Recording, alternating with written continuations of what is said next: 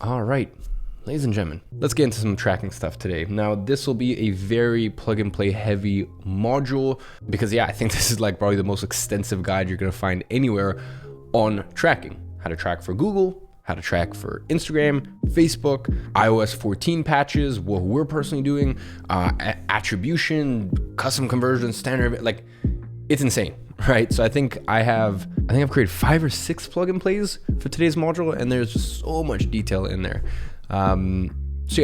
Is this gonna be the most sexy, the most exciting module? No, but it's very important. And you being able to know this stuff will mean that you will be able to not only, because everything I'm gonna show you is how to get great results for your clients, you're actually gonna be able to discern what was you, what was not you, what's working, what's not working.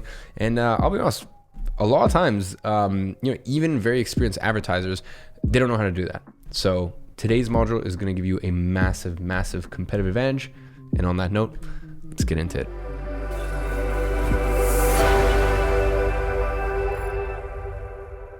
So, ladies and gentlemen, all about tracking. Now, in today's teaching, we are going to go over what is a Facebook pixel and how does it work, how to install a Facebook pixel from creation to website, plug and play, which events to install, how to use the events manager, how to test your events and troubleshoot your tracking, depth of custom conversion, what is conversion API and how to set it up. Once again, that's another plug and play. iOS 14 plug and play, UTM parameters to keep tracking your purchases. So once again, I think those are 2 plug and plays within there. And then I also give you a basically Google Analytics, Google Tag Manager, Facebook ad. Like this is basically how to sort of simplify, do a little bit more front end work, but then to simplify your tracking as an advertiser. Now, what is the Facebook pixel and how does it work? Now, the way Facebook will put it is, and I quote, a piece of code for your website that lets you measure, optimize, and build audiences for your ad campaigns. So really the Facebook pixel is essentially the eyes of Facebook on your website. It is what lets Facebook know what the people that are coming through the ads are doing. So this is the way that Facebook knows how many people, bought through the ad, how many added to cart, how many submitted their information, how many booked a call. It takes all that information and sends it back to Facebook, and then that's basically what appears on your dashboard.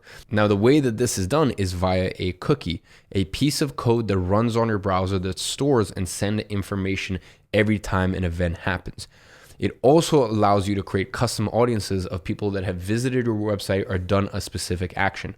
Now, we'll go over this a little later down the line on the retargeting and audience modules. Now, all of this information is not only used for you, it's also used by Facebook to train their models and their algorithms to know and understand customer behavior better.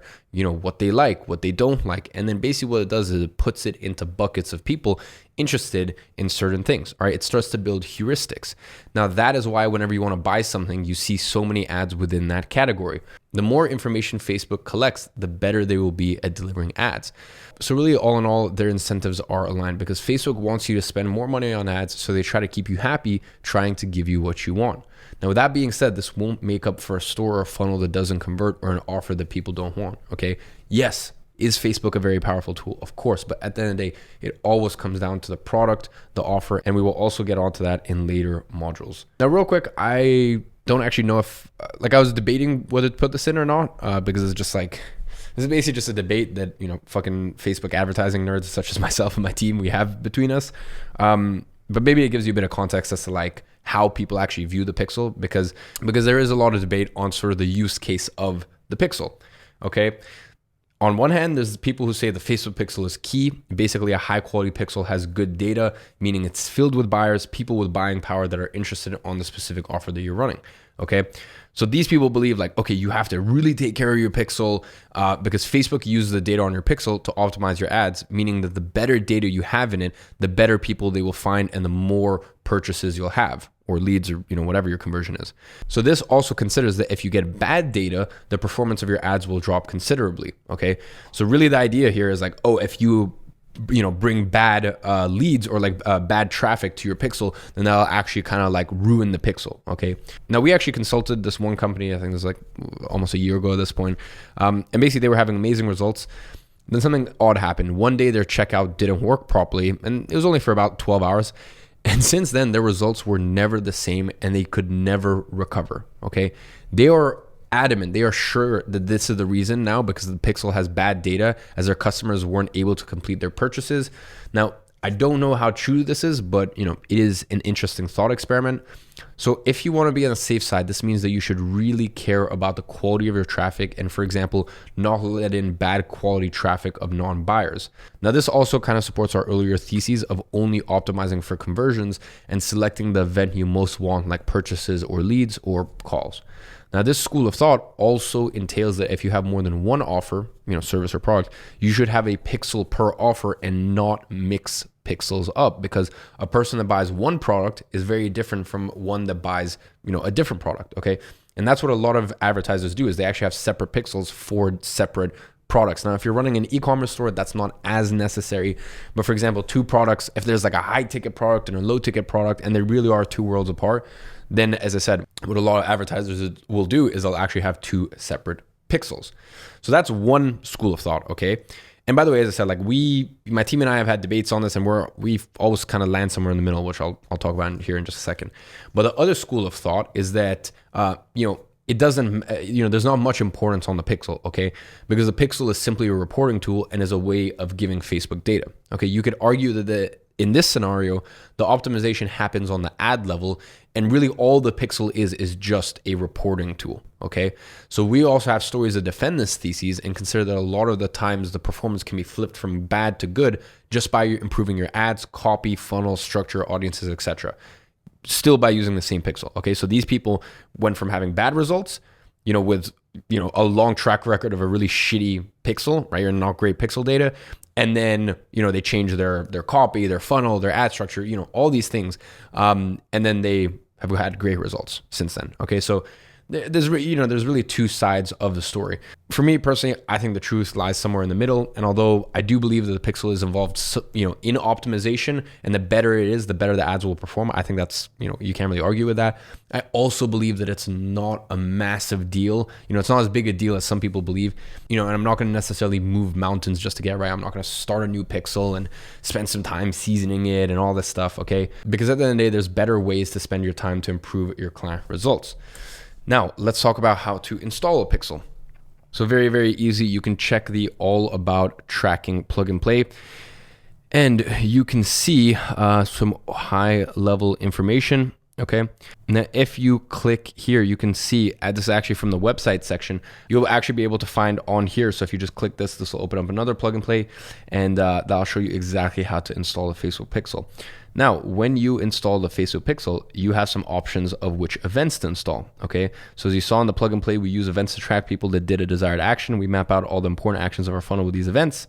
So for example, view content, for e-commerce businesses, view content, add to cart, initiate, checkout, purchases. For a lead funnel, it would be something like view content, lead, or complete registration, okay? A much simpler one. So you can see right here, these are some standard events, okay? These are some standard events. Now, here is a breakdown of how to use the events manager. And then finally, how to test your events and troubleshoot tracking. And I am actually going to go back to the slide presentation to show you this. So as you saw in the plug and play, we use events to track people that did a desired action. So we map out the important ones. So I kind of mentioned, for e-commerce, what the flow would be, for lead gen, what the flow would be. Now, quite simply, an event is triggered once a person lands on a specific page where the code is located. Now, this can be as simple or as complicated as you want. And as you'll see in the iOS 14 plug and play, we now have a 7 event limit, and you'll choose their priority. Okay, so you only have 7 events that you can use. So, you kind of need to be a little bit more wise there. So in terms of which events to install, you can install whichever standard event you want from this list. And as I said, in the plug and play, you can actually find like the full list, right? But you can see right here, add payment info, add to cart, add to wish list, complete registration, contact, customize product, donate, find location, initiate checkout, and lead. So those are some of the standard events. Now, I'll kind of real quick want to talk about the events manager, because as you see in the plug and play, Facebook has a section called Events Manager, and here you'll find everything you need to know about Pixel and its activity. Okay, so On the overview section, so if you actually click on the events manager, so you go top left, you click sort of the main screen menu or the wider menu that shows everything, you'll be able to find events manager in there. I believe it's right above Pixel or right below it. But anyways, on the overview section, you'll see the events that have been triggered in the Pixel. If you just installed the Pixel, this will most likely be empty or near empty. So keep in mind that the data takes a while to get to it. Where it says Pixel/conversions API, you'll find a list of the events where they're being triggered from, either browser, which means it's the Pixel, or server, which means conversion API, and how many times they've been triggered. So you'll also find some warnings that will tell you where you're going wrong in your tracking. Now, in this account, you can see we have some information missing on an event that is affecting the purchase event, or like the purchase conversion, okay? Now, this is something that is not of concern, as the volume tracked by the conversions API is minimum. Refer to the module iOS Move to Privacy and Implications for more information on this topic. Okay, so you can refer to the module that I still need to record. I've titled it iOS Move to Privacy and Implications, and this will give you a little bit more information on this topic. Now, when you click on any event, you will see a graph that charts how many events of that nature have happened each day. Okay, and you can see an example right here. This information will help you troubleshoot your tracking. Don't take this information as a way to gauge progress, as this is not only from the ads, but from all traffic on the website. Okay, so that's very important. You understand this. When you go to the events manager and you see all these events, it is going to show you all the events. It's not just going to show you what has happened from the ads. It's just going to show you on the website in general. Okay. So you can be concerned when this goes down to 0 and you will need to check if there's issues with your tracking, or simply no one is going to the page where you installed that event. So, like you can see right here, very steady sort of flow of add to carts, right? Now, if let's say one of these days there was, it just went all the way down to 0, or like so close that it almost looked like 0, then we would know, okay, maybe there's an issue on the website or the funnel side, okay? But everything here looks pretty steady. There's peaks, there's troughs. So all of this seems pretty steady and is not really a cause for concern. Now, if you want to test your events or troubleshoot your tracking, Facebook actually runs automatic diagnostics and will tell you what you need to take care of or fix. They have simple guides for each problem, and they are varied, so you can ask on the community if you were not able to resolve something basically based on this. Now, next up, I'm actually going to talk about something which to me is a little bit more important, and that's actually making sure that the events you installed were properly installed, and how to actually verify it, and also different ways of troubleshooting your tracking when you see something not working. Now, as you know, an event triggers once a user loads a page on their website, but it can also be a button. That can also be an event. So think, for example, like an add to cart button, but that doesn't actually usually send you to a new page. So to test that the right events are being triggered on the pages you want them to be triggered, you can use the test events tool on the event manager, okay? So here what you do is you put your client's website in there and open the website, then interact with the website and check that the events are properly working. And they should show up something like the examples I've shown you. Now, as you can see, we interacted with the website and tested the view content, and we also pressed add to cart, and you can see it was correctly triggered. Very important. This won't work if you have an ad blocker or a browser that blocks cookies or tracking by default. So things like Brave Browse, stuff like that. Okay. For example, I know that most of my team uses Firefox for ads, and it wouldn't work because of that, because of the blocking feature. But that is probably the easiest way to actually test your events and troubleshoot the tracking. Another way is the Facebook Pixel Helper. Now, the Facebook Pixel Helper is a Chrome browser extension that runs in the background and detects the pixel on the site. Now, this tool was developed by Facebook themselves. There are similar tools or on other browsers, but they're not developed by Facebook, so I can't attest for the efficacy or the security. Okay. Now, here is what we do with the Facebook Pixel Helper. Once you've added the extension to your browser, it will appear like the circle I've shown. Then you're pretty much all set. The way to use it is simple. You visit any site and it will tell you if it has a pixel. Most sites that have a pixel have advertised before, and you can actually use this as a clue to know when prospecting if that company has been running ads or at least has had an interest in running ads. When you visit a page with 1 pixel or more, the extension will be colored blue, and when you click on it, you can actually see the IDs of the pixel that are in there. Now, after installing the pixel, you can use the tool to make sure it was well installed and is now firing on the website. Once again, another important point, the Facebook Pixel Helper does not work with ad blockers or browsers that block cookies or trackers. Now, when you interact with the website and start triggering events, they will also show up on the Pixel helper. As you can see in this example, the initiate checkout event was triggered, and this is because I loaded the checkout page on a store. Now, if you actually click on the drop down of the event, you will see something that's known as a payload. And this is some of the information that's being sent back to Facebook. So it also sends the click ID, the user ID, and some others that are not being displayed right now or aren't shown on the Facebook Pixel. What is important to note is it is correctly picking up the items I'm going to check out with its value and currency. If you are not seeing the correct data, it means you need to fix it. So refer back to your code and see if everything is well set up. Also, another thing to note is that the value, when it's not custom, it's actually defaulted by Shopify, and it's also not going to include the shipping costs. Now, let's talk about the death of custom conversions, because there were a time where custom conversions were popular. Essentially, they counted how many people loaded a specific URL and would also refer back to ads to know which ad came from. So very, very simple sort of a method of attribution. Hey, someone came on this website URL. Have they seen an ad? And basically that would be the link. Okay. Now, in terms of the death of custom conversions, you can still use them, right? You can still create them by going into the create button and actually selecting create custom conversions, but I would not recommend it. Okay. Now, when it comes to death of custom conversions, you can still technically use them. Okay. You just create them by going to the create button, selecting create custom conversions. Then all you have to do is name your conversion and put a description on it, select your pixel, put the URL of the page. You can give them a category, for example, purchase to this upsell conversion example. Then you can also give it a category. And yeah, that's pretty much about it. You just hit create and that's a custom conversion. There are a few reasons why me and my team are not fans of it, but the main one is that it doesn't really solve anything. Okay. Like there's actually no use case for it. Okay. Unless you're dealing with an extremely complex funnel, they have no room in terms of strategy. And that's because they come with many downsides, and I'll list them for you right here. First of all, you can't sort them. Okay, you can't sort them on the columns on the dashboard.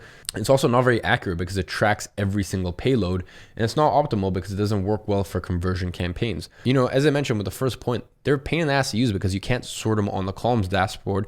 And the second is that they're not accurate because they track every single page load. So technically, someone could reload the page 3 times and that's counted as 3 conversions. And the last thing is they don't really work well when it comes to conversion campaigns. Like if you have a conversion campaign and optimize for custom conversions, it just doesn't work as well as having a conversion campaign and optimizing for standard events. Okay, we've tried it and we've seen many students make this mistake and improve their results after changing to standard conversions or standard events.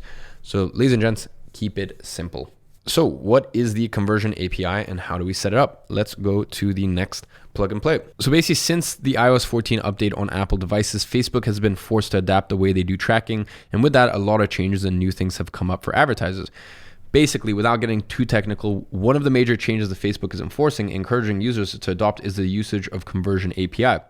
The Conversion API is an alternative to standard tracking method, the Facebook Pixel. Essentially, the way that the old Facebook Pixel works is by inserting a little piece of code in all of your website pages, which then tracks the user and the behaviors on your website. And this is known as third-party tracking because it's not your own website that is actively tracking the users, but rather an extension of Facebook who is tracking users through your website. Now, with the Conversion API, the dynamic here changes. The Conversion API is a way to track the users from a server side and then send this data back to Facebook.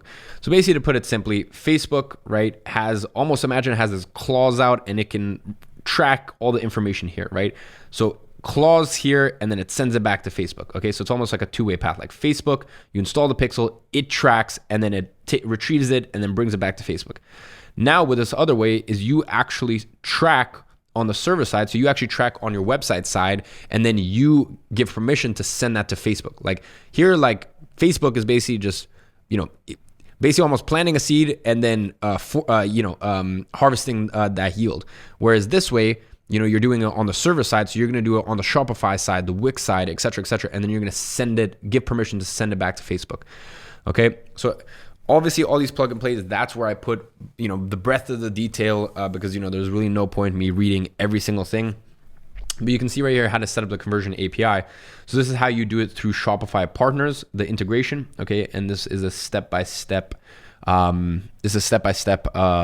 tutorial. Here's how you do it through WordPress. Okay. Once again, a step-by-step tutorial. And if there's ever any changes, then that will be reflected in the plug and play. That's the beauty of the plug and play is, yeah, we are updating this real time to make sure that it's got all the latest and greatest information. And even one small little technical change, we can always implement it very, very quickly. So yeah, as I said, you can see right here, that's how to do it with Shopify. That's how to do it through the API with WordPress. And quite simply, that is what the conversion API is, and that is how to set it up. Now, moving on to the next thing, which is the iOS 14 plug and play. Let's go through that right now. So here are just some ninja hacks to make the iOS 14, or to dampen the effects of the iOS 14 update.